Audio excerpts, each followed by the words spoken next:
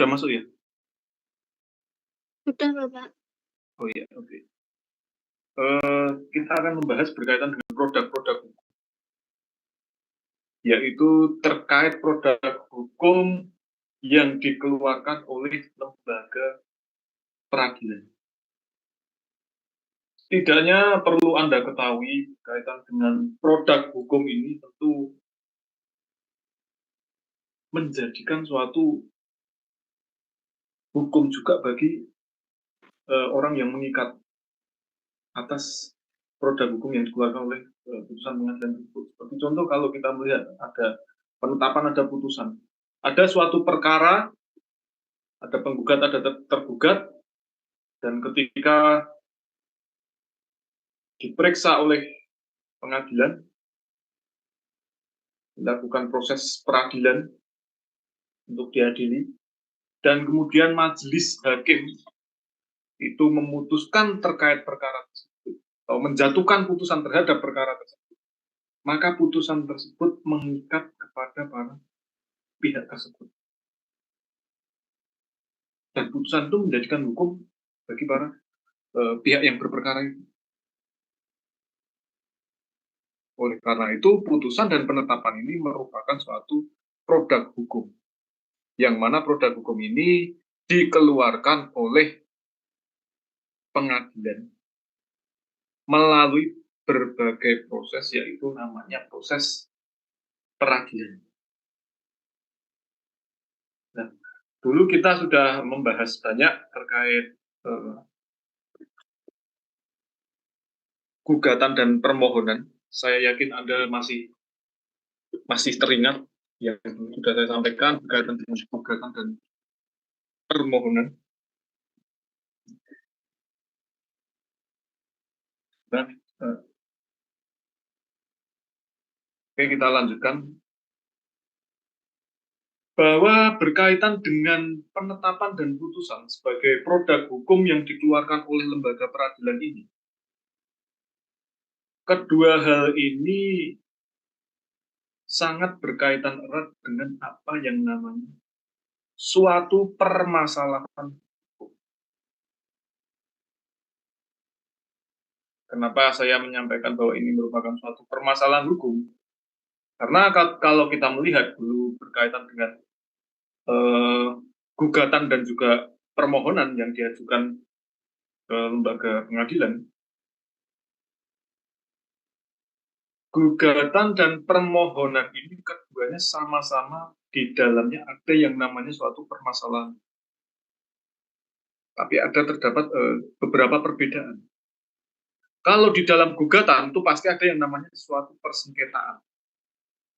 Permasalahan hukumnya di dalamnya mengandung adanya suatu sengketa.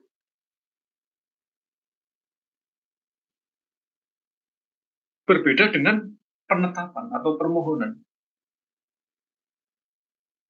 Di dalamnya ada suatu permasalahan hukum yang harus dijawab oleh lembaga peradilan.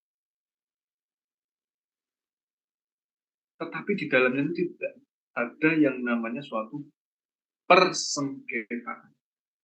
Tapi Anda perlu ketahui dan Anda harus hati-hati terlebih ketika Anda mempelajari yang namanya hukum acara peradilan agama. Karena itu juga termasuk dalam mata kuliah wajib.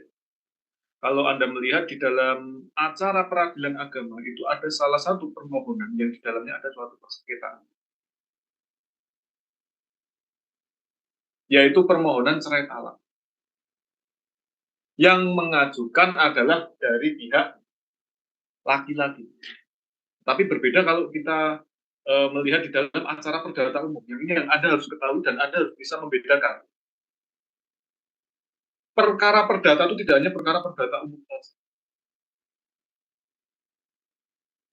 Ada perkara perdata keagamaan. Ada perkara perdata khusus.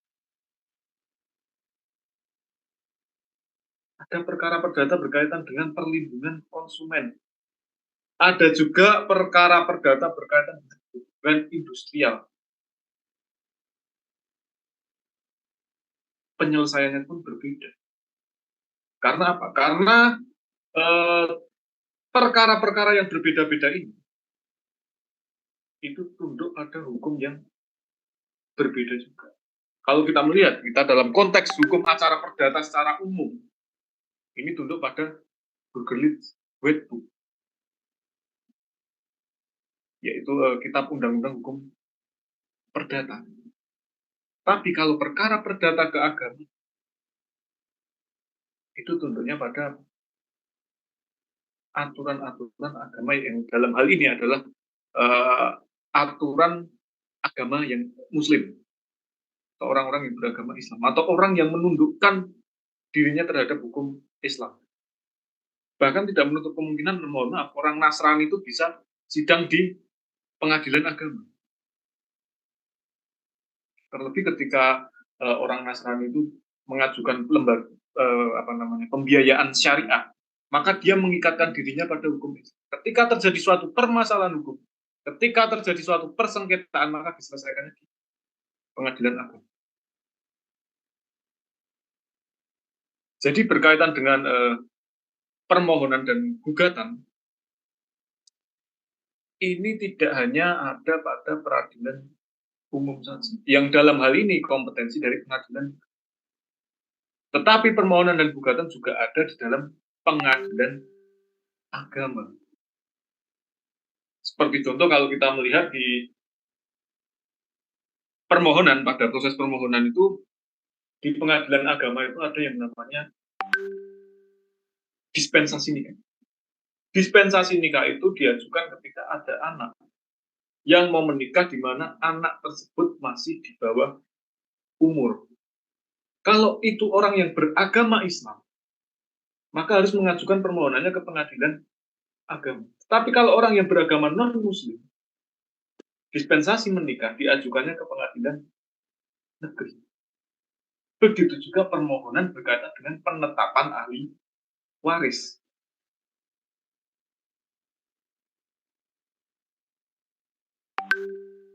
Permohonan penetapan ahli waris ini ketika itu tunduk pada hukum Islam dan orang-orang yang beragama Islam, maka diajukannya di pengadilan agama. Tetapi ketika orang-orang yang ahli waris dan pewaris beragama non-Muslim, maka diajukannya di pengadilan negeri.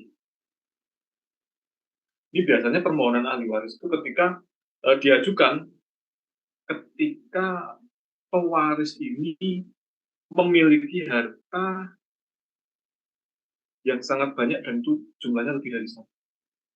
Misalnya seperti contoh, punya tanah di beberapa tempat.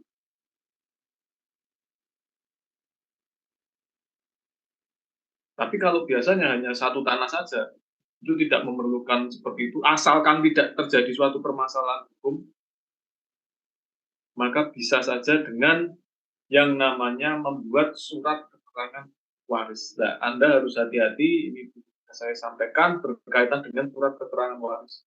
Yang semula ini bisa menjadi perkara perdata umum kalau itu tunduk pada hukum Islam, ataupun perdata khusus, perkara perdata keagamaan itu kalau tunduk pada hukum Islam, ataupun perkara perdata umum ketika dia tunduk pada BW. Perkara waris harusnya tunduk pada perkara perdata. Tetapi perlu kita ketahui bahwa perkara waris ini sering menjadikan suatu perkara pidana.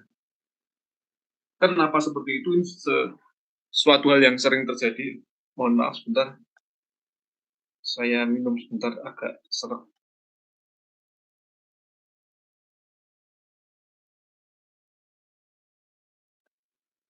Oke, kita lanjutkan. Masih berkaitan dengan perkara waris tadi. Jadi perkara waris ini kalau kita melihat, bisa saja ini termasuk perkara perdata. Yang mana perkara perdatanya ini memunculkan suatu persengketaan. Berarti mengajukan gugatan sengketa waris. Bisa saja perkaranya ini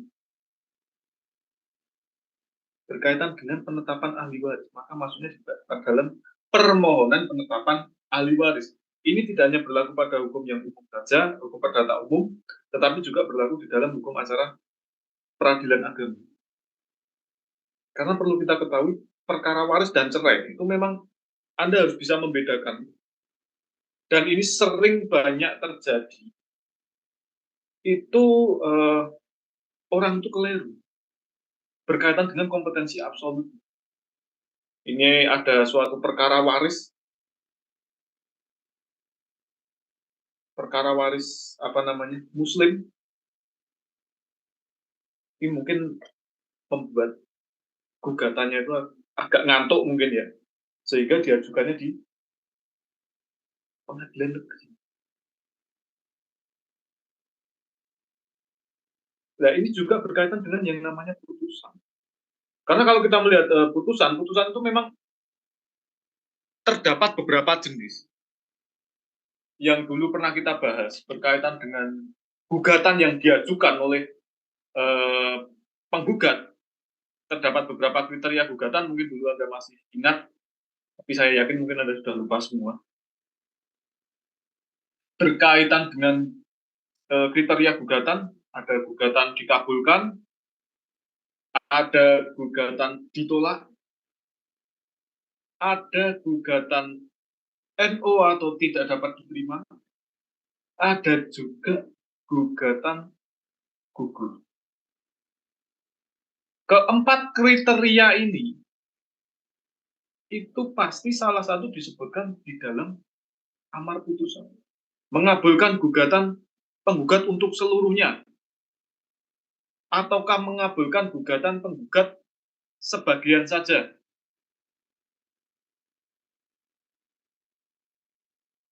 Ataukah justru gugatannya itu NO atau tidak dapat diterima. Atau mungkin gugatannya gugur.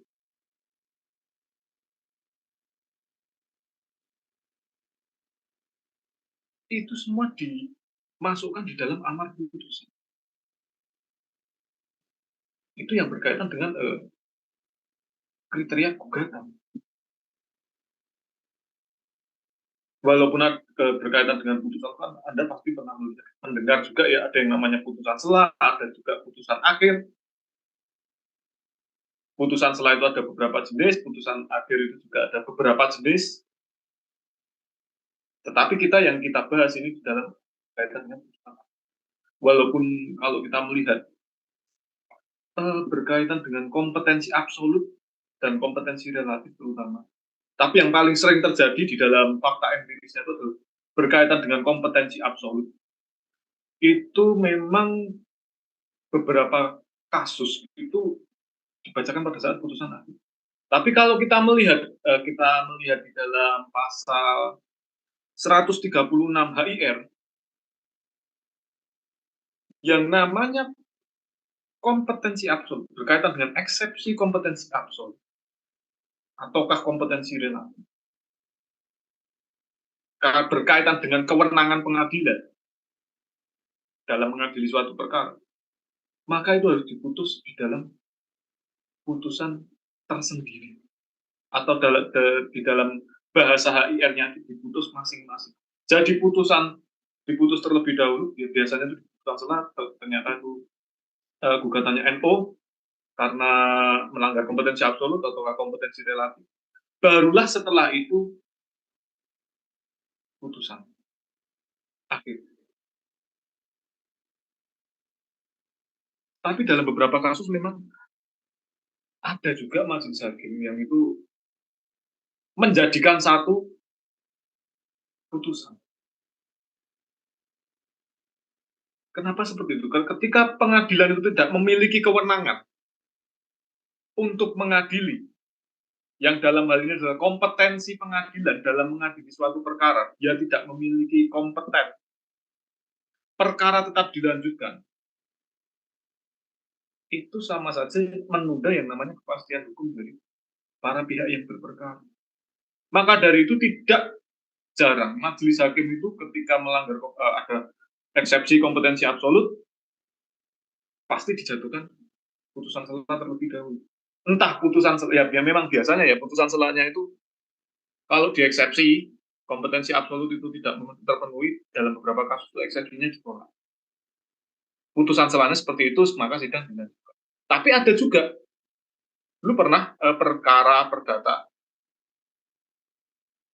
melanggar kompetensi absolut dibacakan pada saat putusan sela. Kayak dulu saya pernah mengalami sendiri, pernah ada dulu gugatan kurang pihak, itu dibacakannya pada saat putusan sela. Ini dieksepsi, dan eksepsi itu langsung dijawab oleh majelis hakim.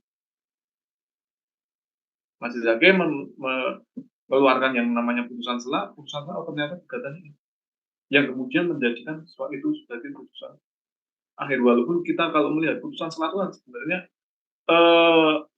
bukan putusan akhir. Tetapi kalau kita mengacu yang namanya dari pasal 136 HIR dan kita melihat fakta empiris di lapangan, tidak menutup kemungkinan berkaitan dengan kompetensi absolut ataukah kompetensi relatif, itu dijatuhkan terlebih dahulu melalui putusan sela. Terlebih ketika eksepsinya itu tidak dikabulkan, itu pasti ada putusan sela. Tapi terkadang mohon maaf, majelis hakim kurang memahami berkaitan dengan penafsiran HIR ini. Sehingga ini gugatannya ini harusnya melanggar kompetensi absolut, tidak dibacakan pada saat putusan sela, tapi langsung dibablaskan sampai putusan akhir. Kalau menurut saya seperti ini melanggar, bukan melanggar ya, jadi lebih menunda kepastian hukum.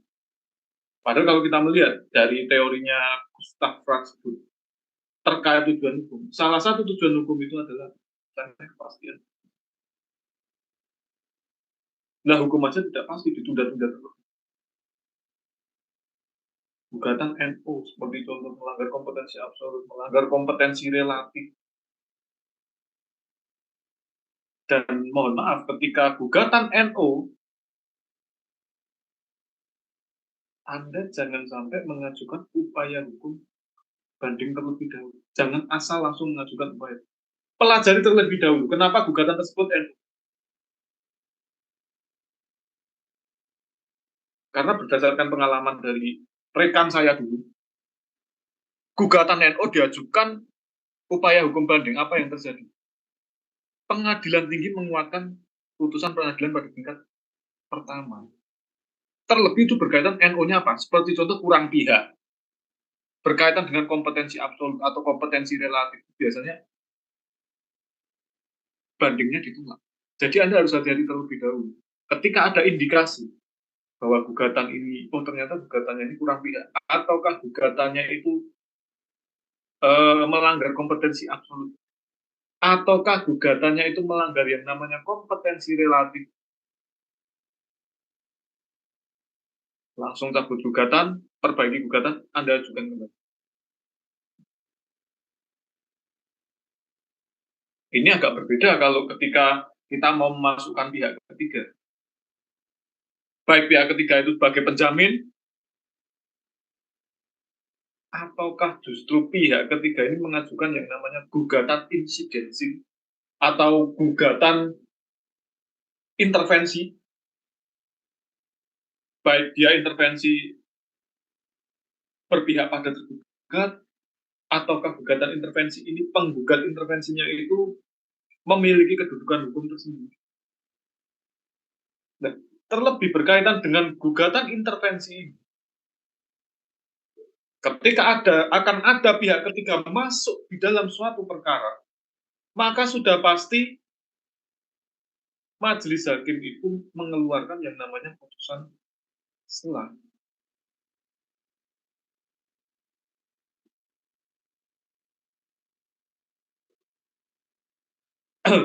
Itu berkaitan dengan putusan yang nanti akan kita bahas lebih lanjut, tapi kita di sini kita bahas secara umum terlebih dahulu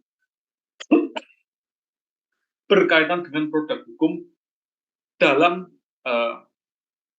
pengadilan yang dikeluarkan oleh majelis hakim pemeriksa perkara. Setidaknya ada 2, putusan dan penetapan. Keduanya ini berbeda. Kalau putusan itu pasti di dalamnya ada yang namanya gugatan. Dan kalau kita melihat salah satu ciri khas dari putusan itu nomor perkaranya. Dalam perkara perdata biasanya nomornya PDT.G. PDT.G ini melambangkan bahwa itu merupakan putusan yang dikeluarkan majelis hakim karena adanya pengajuan gugatan, dan di dalamnya pasti ada yang namanya sengketa. Nah, ada juga ini kita sedikit bahas supaya Anda mengerti di dalam kebaruan di dalam pembangunan hukum di negara Indonesia. Zaman dulu itu belum ada. Ini adanya itu baru-baru saja, belum lama, yaitu small court atau gugatan sederhana. Mungkin saya yakin Anda pernah mendengar berkaitan dengan gugatan sederhana. Gugatan sederhana ini gugatan yang diajukan, tetapi ini ada syarat-syarat khusus untuk dapat diajukan yang namanya gugatan sederhana. Yang jelas, pihak yang berperkara itu dalam satu domisili hukum yang sama. Misalnya ada penggugatnya dari Solo, tergugatnya juga dari Solo. Dan ketika itu berkaitan dengan adanya suatu kerugian, kalau dulu itu kerugian tidak lebih dari 200 juta. Tapi saat ini sudah ditingkatkan bahwa gugatan sederhana itu bisa diajukan dengan nilai maksimal 500 juta. Nah, gugatan sederhana ini itu ditandai juga di dalam putusan. Kalau tadi putusan berkaitan dengan gugatan PDT.G, tetapi di dalam gugatan sederhana itu PDT.G.S.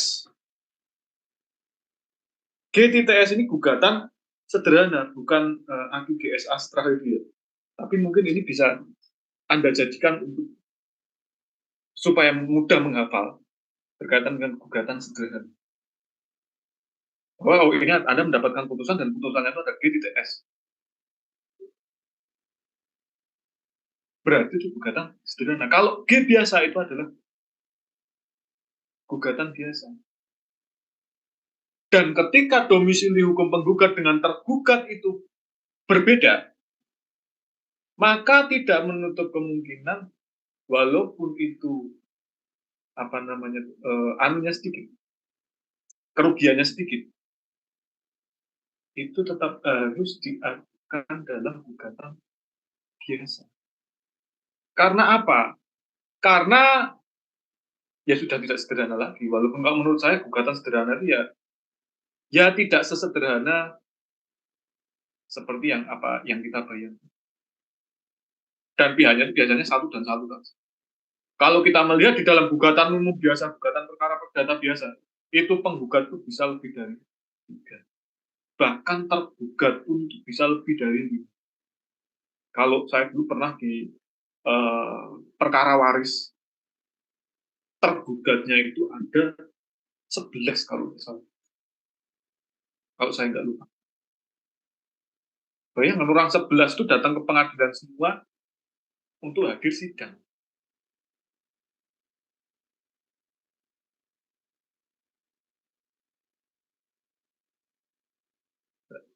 Oke, kita kembali ke materi lagi berkaitan dengan penetapan dan putusan. Setidaknya kita sudah mempelajari itu terlebih dahulu waktu zaman dulu perbedaan antara permohonan dengan gugatan, karena yang namanya permohonan itu pihaknya pasti hanya satu saja, yaitu pemohon dalam konteks acara perdata, tetapi kalau gugatan itu pihaknya pasti lebih dari satu. Belum tentu pihaknya hanya 2 saja.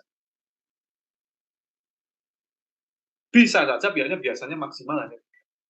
Pihak ketiga ini ya dulu yang telah kita pelajari yaitu adalah pihak intervensi.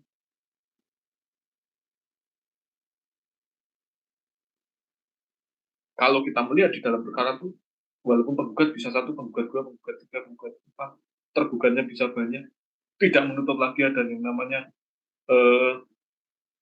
gugatan insidensil atau gugatan intervensi. Yang inilah yang membuat perkara perdata itu lama diputus. Walaupun seharusnya itu 6 bulan itu sudah harus bisa diputus. Tapi dalam beberapa perkara saya menangani itu justru malah lebih dari 6 bulan. Karena apa ya? Karena pihaknya banyak biasa.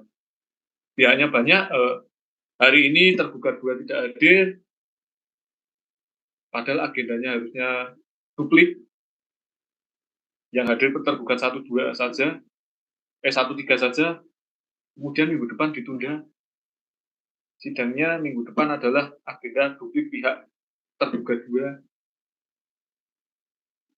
Jadi itu nggak hadirnya bisa gantian.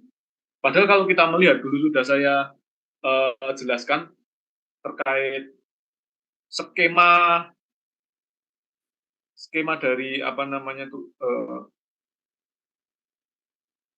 persidangan di mana ya ini? Ini skema dari persidangan kalau kita melihat ya memang skemanya itu seperti ini secara normatifnya. Tapi perlu kita ketahui bahwa hukum itu kita tuh tidak hanya berbicara apa yang tapi kita perlu ketahui apa yang senyata. Bagaimana hukum yang terjadi di lapangan itu seperti apa. Nah, oke, kita lanjut. Tadi berkaitan dengan putusan, terdapat beberapa macam putusan kalau kita melihat. Seperti contoh, kalau tadi ada berkaitan dengan apa namanya kriteria gugatan, putusan yang mengabulkan gugatan, putusan gugatannya itu NO, putusan menolak gugatan, ada putusan yang menyatakan bahwa gugatan penggugat itu gugur, ada juga putusan verstek. Nah, ini yang perlu Anda ketahui. Dan saya yakin mungkin Anda sudah tahu semua berkaitan dengan putusan verstek. Putusan verstek itu putusan yang dijatuhkan tanpa hadirnya pihak tergugat dari awal persidangan hingga putusan dibacakan.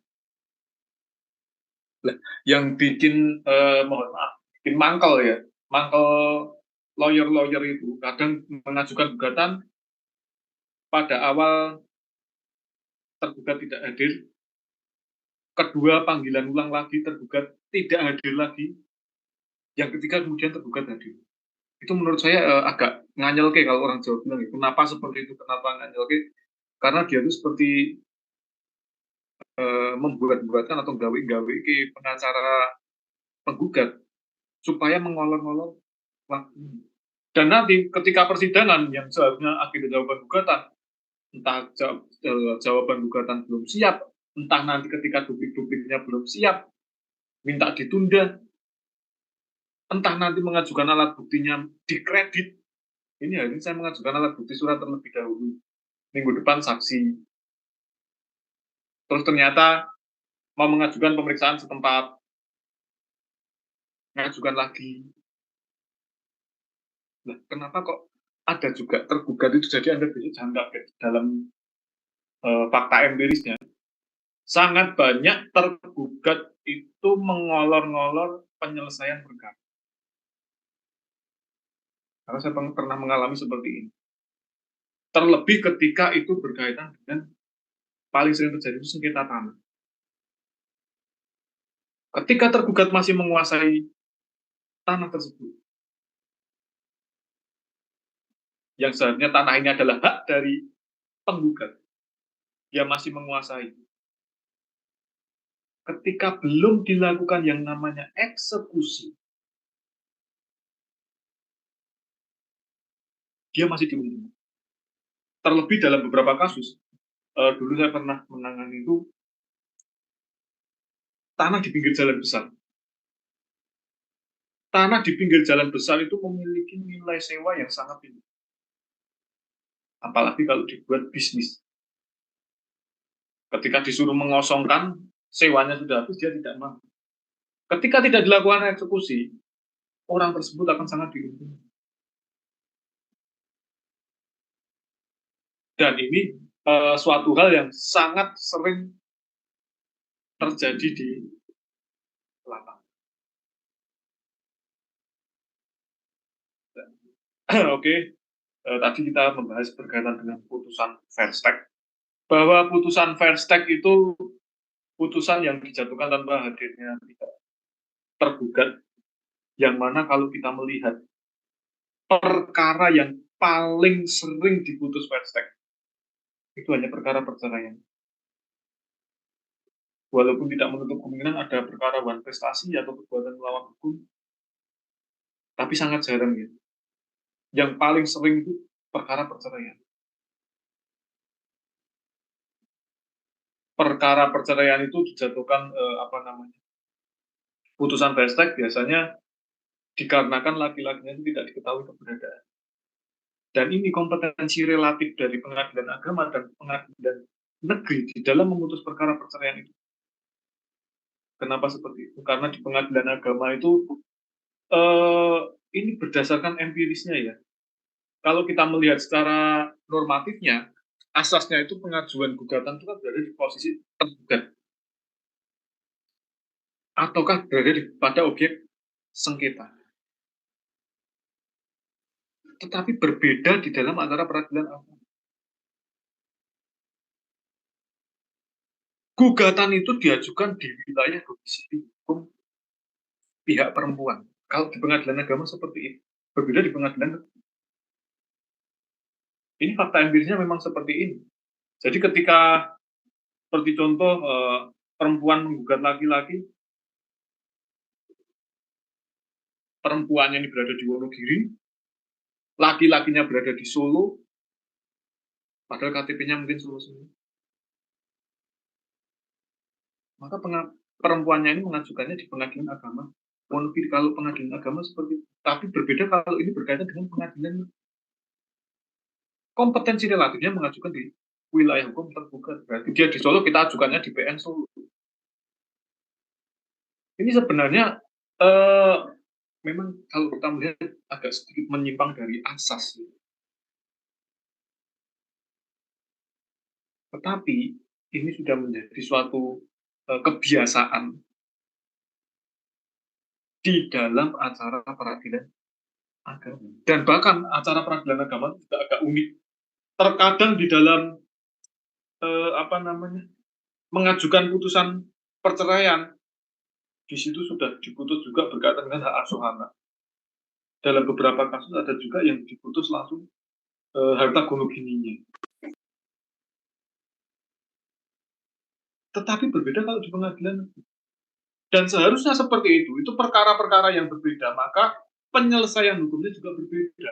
Ketika akan ada gugatan gonogini, sebelum ada gugatan gonogini atau gugatan harta bersama, maka harus diputus terlebih dahulu perceraiannya ini.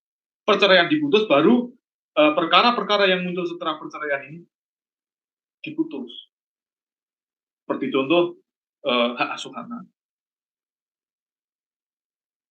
Ada juga berkaitan dengan gonogini.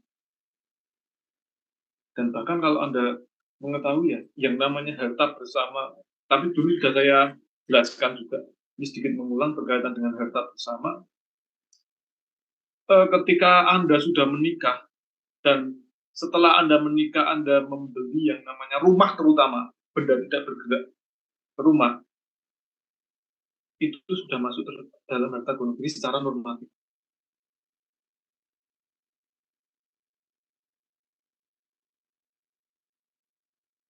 Berbeda dengan harta bawaan ketika Anda sebelum menikah sudah membeli rumah, membeli mobil, dan lain sebagainya, kemudian Anda menikah, itu termasuk harta bawaan. Dan yang perlu Anda ketahui, berkaitan dengan gonogini atau harta bersama, karena ini juga termasuk permasalahan perdata, berkaitan dengan harta bersama itu, hadiah atau warisan itu bukan termasuk di dalam harta bersama. Harta bersama itu harta yang diperoleh selama perkawinan tersebut berlangsung. Oke, kita lanjutkan berkaitan dengan definisi putusan. Mungkin Anda bisa membaca di PPT saya. bahwa putusan itu merupakan suatu pernyataan yang dibuat oleh majelis hakim pemeriksa perkara yang diucapkan pada saat persidangan dengan tujuan untuk mengakhiri atau menyelesaikan suatu sengketa yang diperiksa. Kapan putusan itu ingkrah? Putusan inkrah itu setelah 14 hari tidak diajukan upaya hukum apapun. Yang insya Allah minggu depan kita bahas berkaitan dengan upaya hukum. Karena upaya hukum itu bab tersendiri yang memang kita harus membahas secara detail. Karena berkaitan juga ketika Anda menyelesaikan suatu permasalahan. Anda salah mengajukan upaya hukum Anda akan ditolak.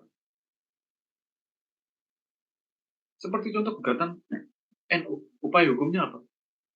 Bisa mengajukan banding? Bisa. Bisanya bisa, tapi apa? Ketika itu berkaitan dengan kompetensi relatif atau kompetensi absolut, ataukah gugatan NU karena kurang pihak, ataukah penggugat tidak memiliki legal standing dalam hal mengajukan gugatan, maka saya yakin putusan banding, putusan pengadilan tinggi pasti menguatkan pengadilan pada tingkat pertama. Sudah pasti seperti itu.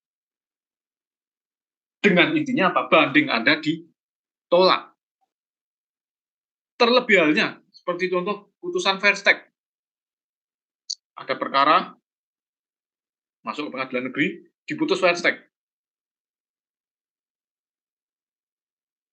Anda menjadi kuasa hukum tergugat. Nah, ini sudah diputus. Anda kalau tidak mengetahui upaya hukum apa yang akan diajukan, bisa saja putusan Versteknya Anda ajukan upaya hukum banding.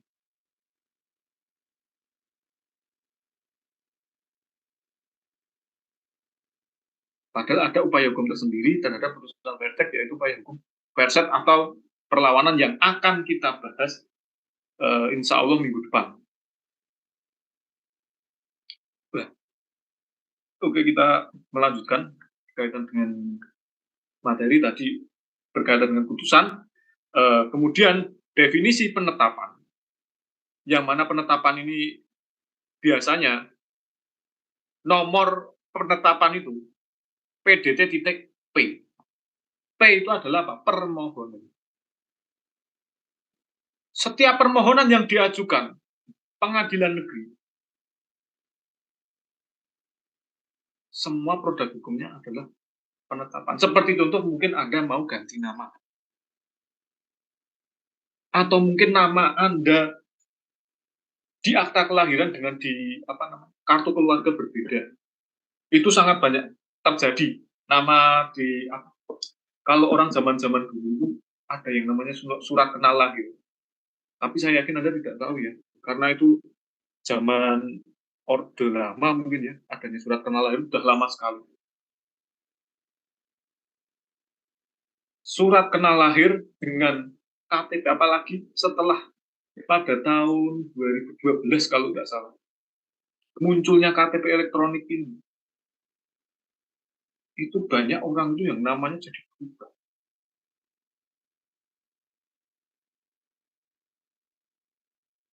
Nggak tahu nama yang benar yang mana, apakah di KTP-nya salah atau di KK-nya salah. Tetapi kalau kita melihat, tidak menutup kemungkinan kalau orang zaman dulu itu punya namanya nama bayi. Jeneng bayi lah, kalau orang Jawa bilang. Yang namanya jeneng bayi ini biasanya berbeda dengan nama yang ada di KK atau KTP. Nah, ketika seperti ini, jeneng bayi ini sopo, nama di KTP-nya siapa, berbeda. Dia menganggap tidak ada masalah apa. Tetapi ketika dia mau melakukan jual beli ataukah dia mau melakukan perbuatan hukum, ini timbul suatu masalah. Nah, jadi jeneng musim bener sopo. Apalagi kalau Anda mau mengurus paspor. Tidak semudah itu. Maka dari itu, untuk menjawab permasalahan ini, bisa mengajukan permohonan ke pengadilan negeri menyatakan bahwa orang tersebut yang bernama X dan Z ini adalah satu orang yang sama. Dan ketika Anda mengajukan yang namanya permohonan orang yang sama itu, maka pengadilan akan mengeluarkan yang namanya produk hukum, yaitu penetapan. Penetapan ini dikeluarkan sebagai suatu kepastian hukum kepada mungkin Bejo dan Untung, namanya seperti itu. Ini kepastian hukum bahwa kamu tuh memang pihak yang sama. Barulah bisa melakukan perbuatan hukum dengan. Saya pernah menangani ada perkara seperti itu juga. Itu tidak bisa melakukan jual beli. Ya mohon maaf kalau itu orang kuno, orang yang lahir tahun ya mungkin awal Indonesia merdeka atau malah sebelum Indonesia merdeka, saya lupa itu. Sehingga itu harus mengajukan terlebih dahulu penetapan bahwa itu adalah orang yang sama.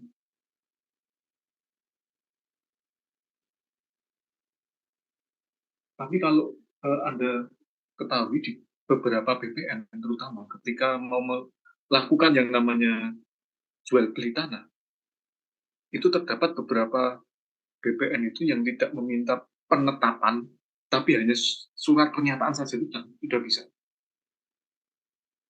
Tapi ini tidak semua BPN. Dan biasanya itu tergantung dari notarisnya juga. Kalau Anda mengurusnya melalui notaris, jauh lebih mudah daripada Anda mengurus sendiri. Ini biasanya terkait waris, kalau yang biasanya mengurus sendiri. Turun waris. Oke, kita lanjutkan. Tadi kita sudah membahas beberapa produk hukum di pengadilan, ada putusan, ada juga penetapan. Keduanya ini merupakan suatu hal yang berbeda. Tapi sama-sama dikeluarkan oleh lembaga peradilan.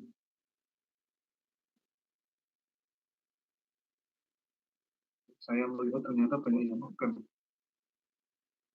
Oke, Anda off-cam tidak apa-apa, tapi yang jelas Anda harus mendengarkan materi dari saya karena kita sebentar lagi UAS. Dan UAS akan saya buat soalnya itu dari awal pertemuan hingga pertemuan minggu depan. Supaya Anda bisa, saya ingin melihat evaluasi sejauh mana Anda mengetahui terkait permasalahan acara perdata. Dan yang jelas, yang pasti saya tuh harus menuntut Anda supaya mengetahui berkaitan dengan kompetensi pengadilan. Karena ini suatu hal sepele yang disepelekan. Dan menurut saya ini suatu hal kesalahan ketika ini disepelekan.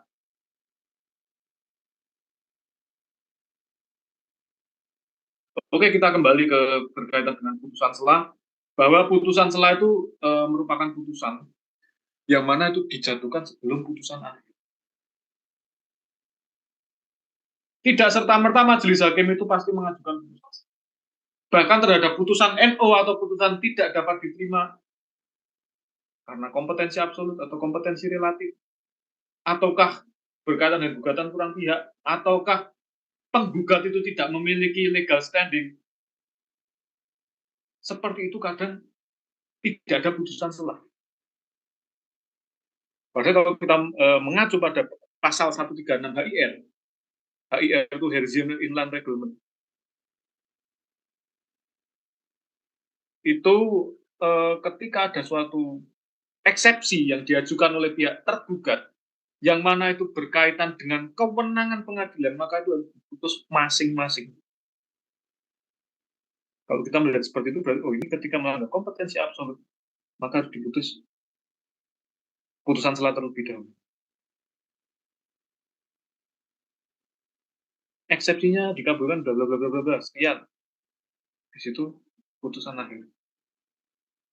Kalau kita menafsirkannya seperti itu.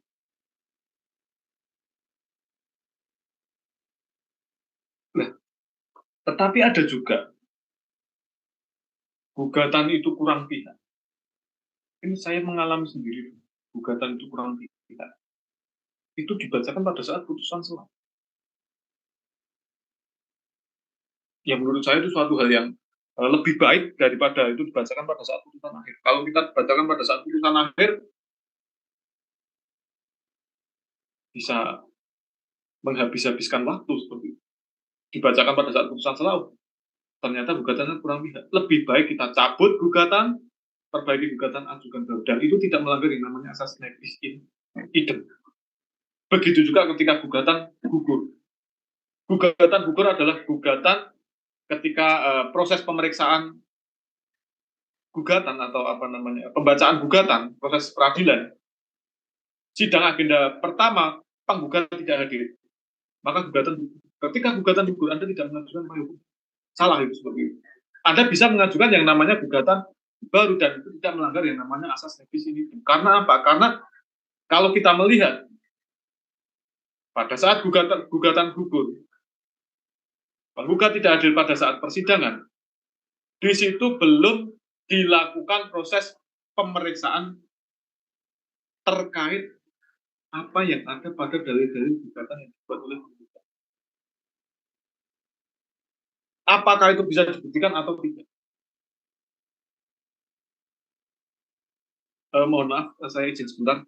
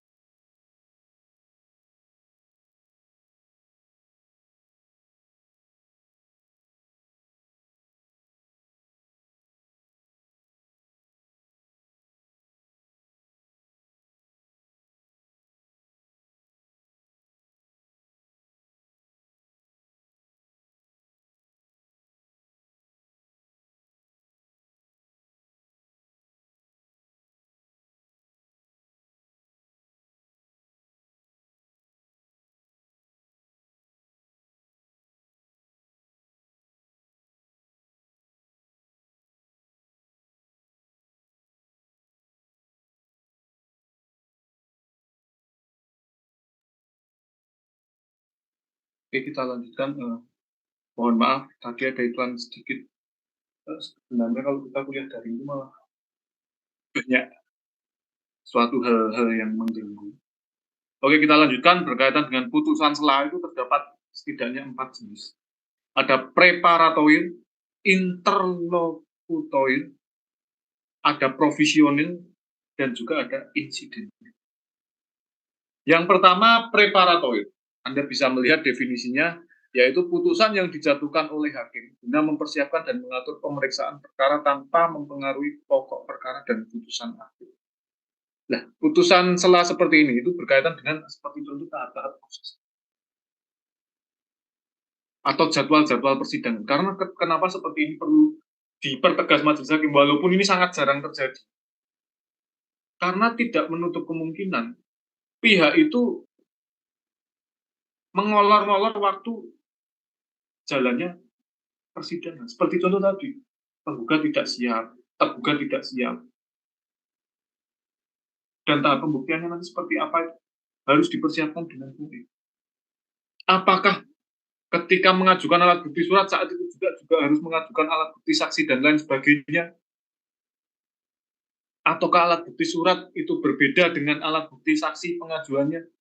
Ini juga harus diputuskan terlebih dahulu.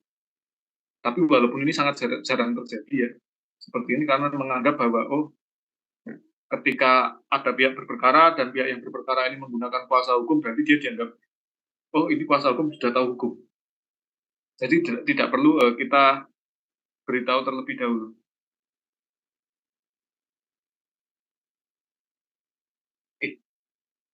Kemudian ada yang berkaitan dengan putusan sela, yaitu interlokutoir. Bahasanya memang agak jelimet. kalau orang Jawa bilang hati-hati ketika Anda mengucapkan bahasa-bahasa hukum.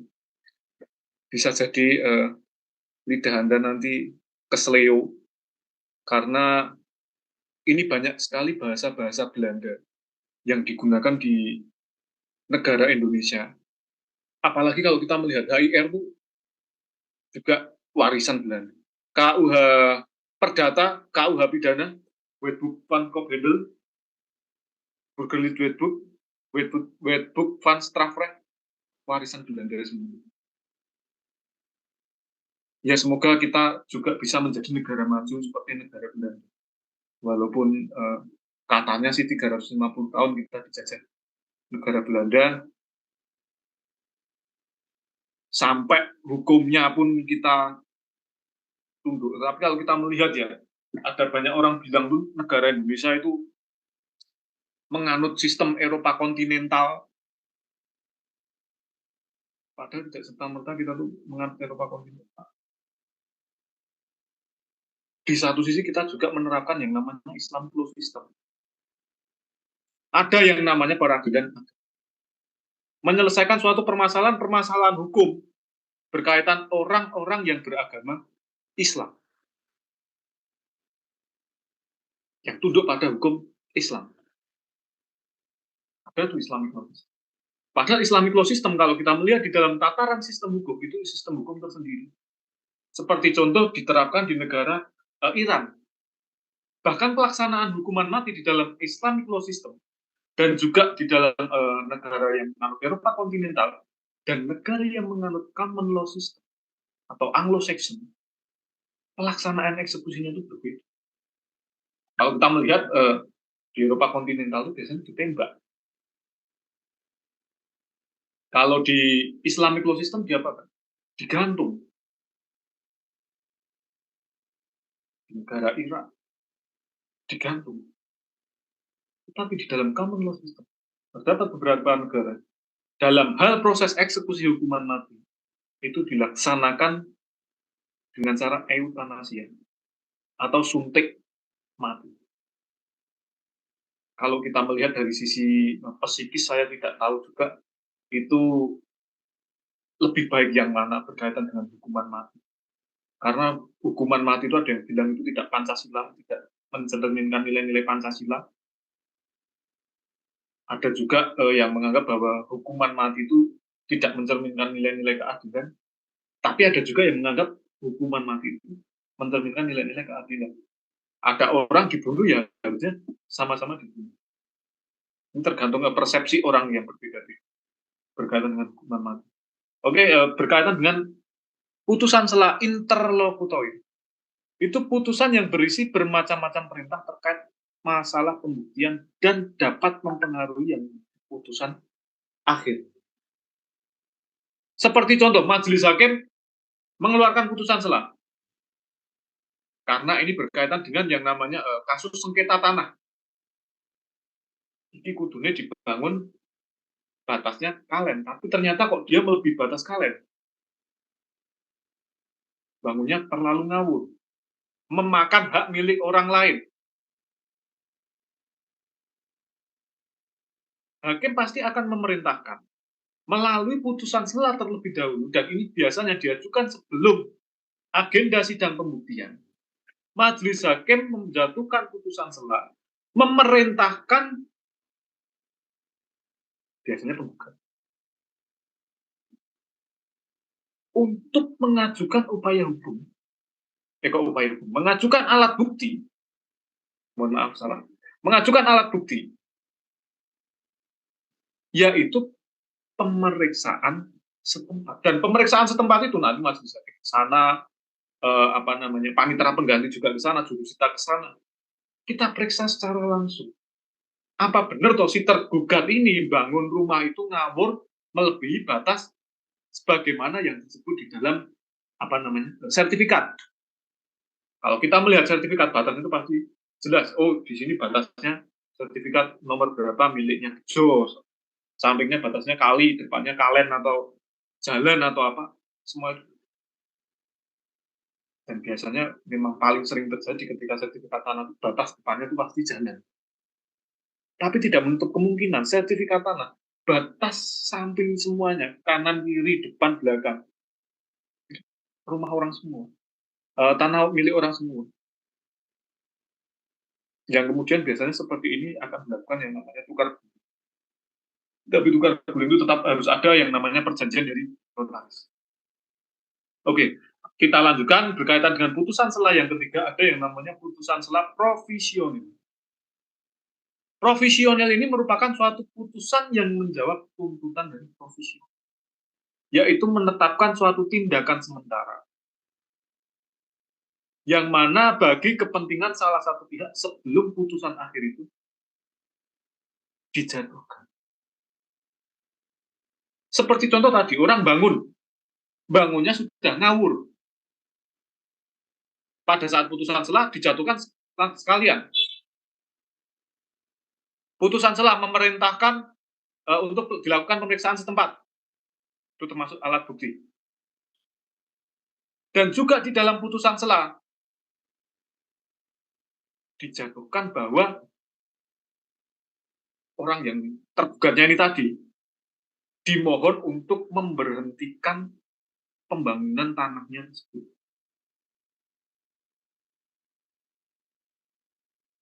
Nah, yang terakhir berkaitan dengan putusan sela yang sering terjadi ini dalam hal putusan sela insidensil. Putusan sela insidensil ini putusan yang berhubungan dengan adanya insiden tertentu, yaitu terkait timbulnya kejadian yang menunda jalannya persidangan. Nah, seperti contoh dulu kita sudah membahas berkaitan dengan intervensi atau masuknya pihak ketiga ditarik oleh tergugat, atau masuknya pihak ketiga gugatan insidensil, dia membela kepentingan hukum tergugat. Ketika ada pihak ketiga yang mau masuk ini, maka majelis hakim akan menjatuhkan yang namanya putusan sela. Putusan sela berkaitan dengan putusan insidensil bahwa dikarenakan adanya gugatan intervensi yang diajukan oleh penggugat intervensi, maka dalam hal ini penggugat intervensi dilibatkan di dalam perkara karena memiliki hubungan hukum terhadap perkara yang sedang diperiksa tersebut. Dan tidak hanya itu saja, biasanya putusan sela insidensil itu yang paling sering terjadi itu berkaitan dengan sita jaminan.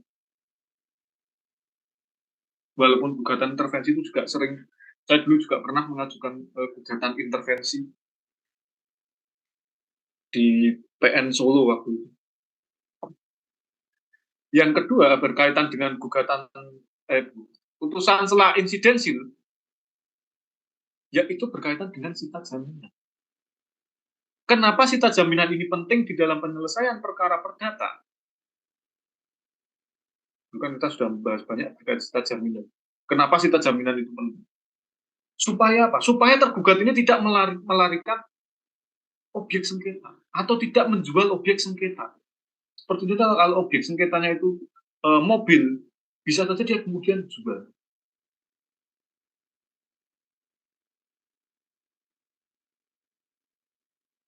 Dia utang piutang, raiso bayar, akan melakukan eksekusi yang mau disita terlebih dahulu apa sebelum dieksekusi.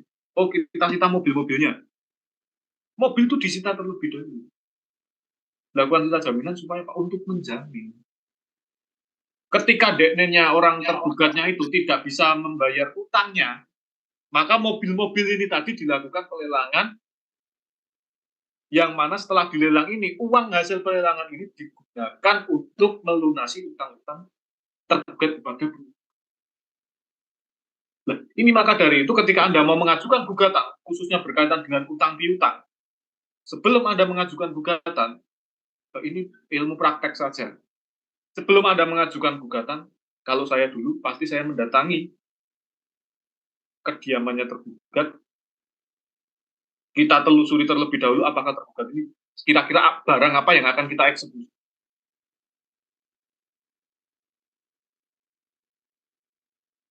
Bahkan dulu pernah ada berkaitan dengan perusahaan, klien saya itu berpura-pura untuk menjadi klien dari perusahaan tersebut. Partner saya itu berpura-pura menjadi klien dari perusahaan tersebut, di mana sebenarnya itu bukannya kita mau menjadi klien dari perusahaan tersebut, tapi kita menelusuri kira-kira apa objek yang bisa kita sita.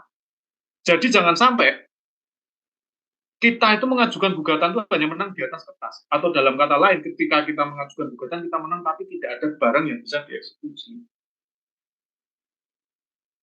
Anda menang gugatan, ternyata ranting dieksekusi, mengerang dua apa kode wae. Maka dari itu, sebelum Anda mengajukan gugatan, saya berpesan, mengajukan gugatan itu jangan asal. Dan dulu saya pernah berpesan bahwa ketika kita menyelesaikan sengketa, kita jangan berproyeksi pada gugatan saja. Ada juga penyelesaian sengketa di luar pengadilan. Baik kita mau mengajukan yang namanya mediasi ataukah negosiasi. Karena kita lihat bahwa ketika kita mengajukan gugatan di pengadilan, itu sudah pasti kita harus melalui mediasi terlebih dahulu. Dan itu ada peraturan Mahkamah Agung. Anda harus melalui mediasi terlebih dahulu. Walaupun mediasinya itu kalau menurut saya formalitas, salah-salah, dan tidak ada upaya optimalisasi. Mungkin kalian bisa membuat suatu tulisan dalam bentuk skripsi berkaitan bagaimana optimalisasi mediasi dalam menyelesaikan suatu permasalahan. Karena kalau kita melihat, ya memang ada sih mediasi berhasil. Biasanya mediasi berhasil itu di dalam perkara waris. Terlebih ketika ahli warisnya itu banyak dan gontok-gontokan rebutan sendiri, ketika itu diputus, terlebih kalau di dalam hukum Islam, maka bagiannya berbeda. Nah, daripada dia dapat di bagiannya berbeda, lebih baik ayo kita damai saja, kita jual harta warisan, kita bagi bareng-bareng. Biasanya seperti itu. Tapi tergantung perkes memang berbeda-beda dalam perkara perdata. Oke, kita lanjutkan. Selain putusan sela, di dalam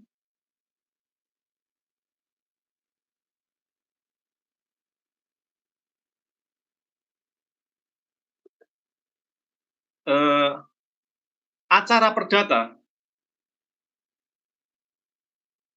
itu ada yang namanya putusan akhir.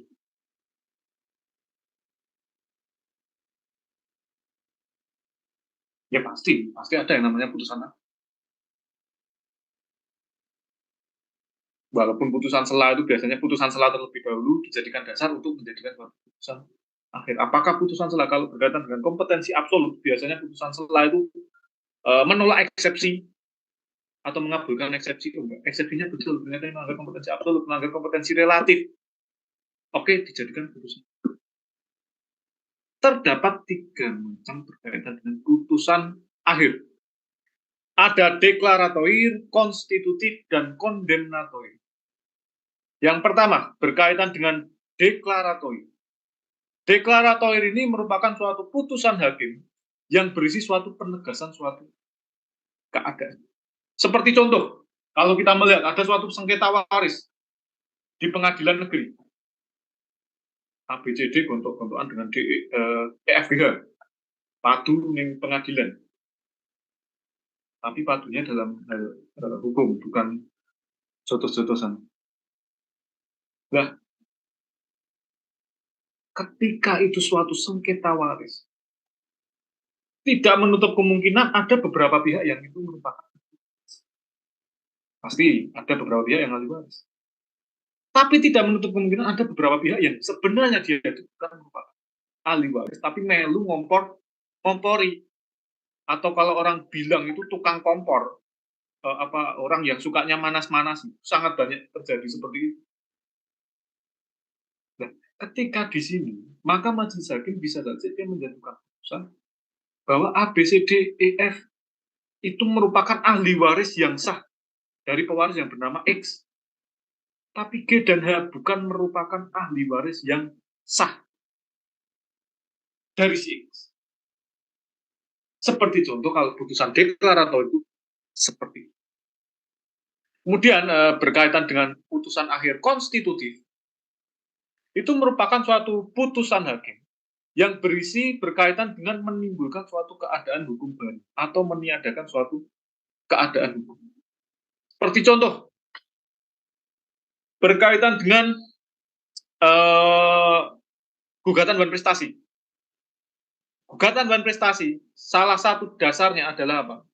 Adanya perjanjian yang dilanggar. Adanya perjanjian, tetapi perjanjian tidak dilanggar, itu bukan merupakan suatu perkara wan prestasi. Ini biasanya yang selalu digunakan soal ujian profesi advokat. Anda harus hati-hati. Kunci wan prestasi adalah adanya perjanjian yang dilanggar. Pasal 1338, Fakta sunt servanda. Nah, terlebih ketika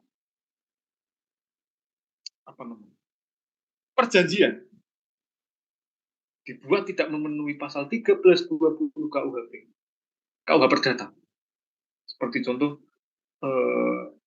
orangnya belum cakap pada saat membuat perjanjian. Tidak menutup kemungkinan perjanjian tersebut dibatalkan. Ataukah mungkin perjanjian mengandung tipu muslihat? Ataukah mungkin dalam hal membuat perjanjian yang satu tuh ditekan, diancam, mungkin mau dijotosi kalau nggak mau tanda tangan perjanjian. Dibuat karena terpaksa. Karena salah satu syarat sahnya perjanjian adalah adanya apa? Kesepakatan. Dan dengan tanda kutip, kesepakatan ini harus dibuat tidak di bawah tekanan. Entah itu tekanan psikis atau tekanan batin. Nah, yang kedua berkaitan dengan contoh dari putusan akhir bersifat konstitutif itu di dalam putusan perkara perceraian. Menyatakan perkawinan antara penggugat dan tergugat putus karena perceraian. Menimbulkan suatu keadaan hukum.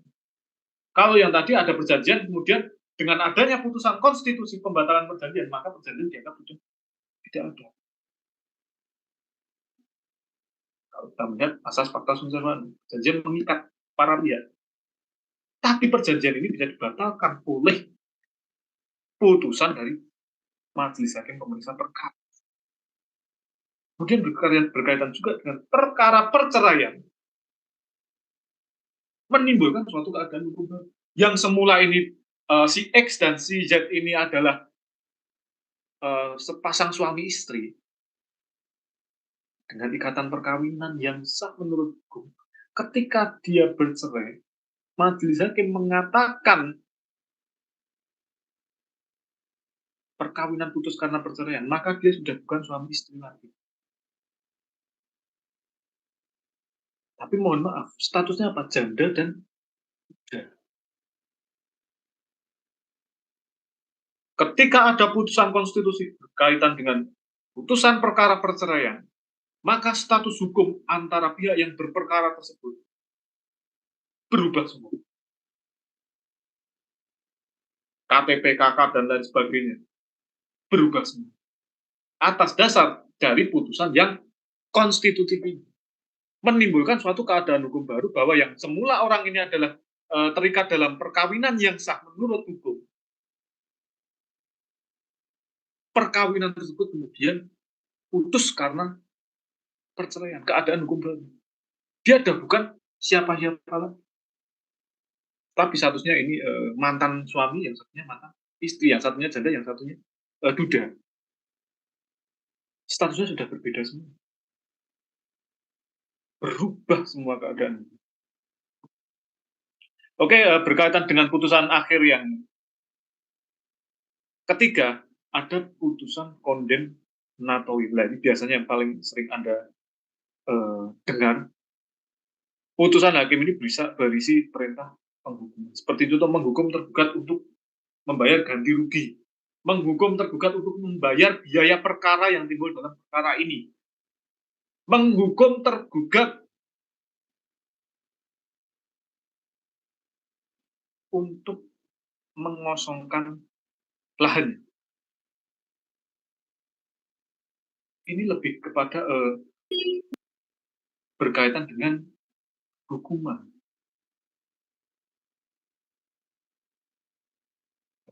Kurang lebih kalau berkaitan dengan sistematika putusan, Anda bisa melihat di direktori putusan Mahkamah Agung, ada banyak itu putusan di sana, tapi kok saya melihat beberapa putusan banyak yang tidak bisa di-download itu. Saya kurang tahu, padahal zaman dulu itu masih bisa di-download, tapi memang walaupun putusan itu tidak bisa di-download, mungkin karena itu berkaitan dengan kredibilitas pihak yang berperkara. Di dalam sistematika putusan Anda bisa lihat terlebih dahulu, yang jelas pasti di awalnya itu ada nomor putusan, sudah pasti.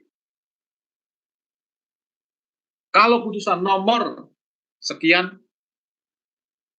garing PDT.G garing 2023 garing PN SKA, seperti contoh, pasti ada yang namanya nomor putusan. Nomor putusan ini adalah juga nomor perkara, yang ini biasanya diurutkan ketika mengajukan yang namanya gugatan. Jadi nomor putusan itu dari, kalau awal tahun pasti nomornya nomor 1, tapi tahunnya tahun itu diurutkan. Nanti setelah ganti tahun lagi kembali ke nomor 1. Itu bukan asal seperti itu.